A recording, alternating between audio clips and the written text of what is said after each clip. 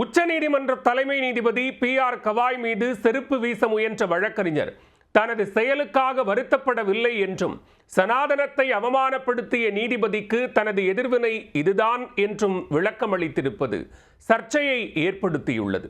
இந்த விவகாரத்தில் தலைமை நீதிபதியின் விளக்கம் என்ன? உச்சநீதிமன்றத்தில் ராகேஷ் தலால் என்பவர் தாக்கல் செய்த பொதுநல மனுவில் மத்திய பிரதேச மாநிலத்தில் கஜுராஹோ கோவில் வளாகத்தில் உள்ள ஜவாரி கோவிலில் சேதமடைந்த நிலையில் உள்ள 7 அடி உயர விஷ்ணு சிலையை மறு நிர்மாணம் செய்ய உத்தரவிட வேண்டும் என கோரியிருந்தார். இந்த மனு தலைமை நீதிபதி PR கவாய் தலைமையிலான அமர்வில் விசாரணைக்கு வந்தது. விசாரணைக்கு பின் பேசிய நீதிபதி கவாய், இது முற்றிலும் விளம்பர நோக்கில் தொடரப்பட்ட வழக்கு. இது குறித்து உங்கள் தெய்வத்திடம் ஏதாவது செய்ய சொல்லுங்கள். நீங்கள் விஷ்ணுவின் தீவிர பக்தர் என்றால் பிரார்த்தனை மற்றும் தியானம் செய்யுங்கள் என்று மனுதாரரிடம் கூறினார். தலைமை நீதிபதியின் கருத்துக்களால் நீதிமன்றத்தில் இருந்த 71 வயதான மூத்த வழக்கறிஞர் ராகேஷ் கிஷோர் என்பவர் கடும் அதிருப்தியடைந்ததாக தெரிகிறது.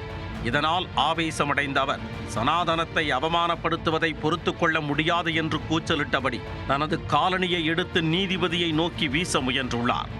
ஆனால் அதற்குள்ளாக சுதாரித்துக் கொண்ட நீதிமன்ற காவலர்கள் அவரை தடுத்து நிறுத்தி பிடித்து இழுத்துச் சென்றனர். வழக்கறிஞரின் இந்த செயல் நாடு முழுவதும் பெரும் அதிர்வலைகளை ஏற்படுத்தியது. பிரதமர், முதலமைச்சர் உள்ளிட்டோர் இந்த செயலுக்கு எதிர்ப்பு தெரிவித்து கருத்துக்களை வெளியிட்டுள்ளனர். வழக்கறிஞரின் இந்த செயலை கண்டித்து இந்திய பார் கவுன்சில் அவரை சஸ்பெண்ட் செய்துள்ளது. இதனிடையே தனது செயலுக்கு விளக்கம் அளித்துள்ள வழக்கறிஞர் ராகேஷ் கிஷோர், அவரது செயலுக்கு எனது எதிர்வினை இதுதான். நான் பயப்படவில்லை, நடந்ததற்கு நான் வருத்தப்படவும் இல்லை என்று தெரிவித்துள்ளார். யார் இந்த ராகேஷ் கிஷோர்? உச்ச நீதிமன்ற வழக்கறிஞர்கள் சங்கத்தில் பதிவு செய்யப்பட்ட உறுப்பினரான இவர் டெல்லியின் மயூர் விகார் பகுதியில் வசித்து வந்துள்ளார். அவர் 2009ஆம் ஆண்டு டெல்லி பார் கவுன்சிலில் சேர்ந்ததாகவும் பல பார் சங்கங்களில் நீண்டகால உறுப்பினராக இருந்து வந்ததாகவும் கூறப்படுகிறது. சம்பவம் நடந்தபோது கிஷோர் உச்சநீதிமன்ற பார் அசோசியேஷன், ஷாகாத்ரா பார் அசோசியேஷன் மற்றும் டெல்லி பார் கவுன்சில் உறுப்பினர் அட்டைகளை வைத்திருந்ததாக போலீசார் தெரிவித்துள்ளனர். தற்போது இடைநீக்கம் செய்யப்பட்ட அவர் இந்தியாவில் எந்த ஒரு நீதிமன்றத்திலோ அல்லது தீர்ப்பாயத்திலோ வழக்கறிஞர் தொழிலை மேற்கொள்ளவோ அல்லது வழக்குகளை பிரதிநிதித்துவப்படுத்தவோ தடை செய்யப்பட்டுள்ளது. இந்த சம்பவம் குறித்து தலைமை நீதிபதி அளித்துள்ள விளக்கத்தில், இந்திய தொல்பொருள் ஆய்வு மையம் பராமரிப்பில் உள்ள இடங்களின் அதிகார வரம்பை கருத்தில் கொண்டுதான் தனது கருத்துக்களை கூறியதாக அவர் தெளிவுபடுத்தினார்.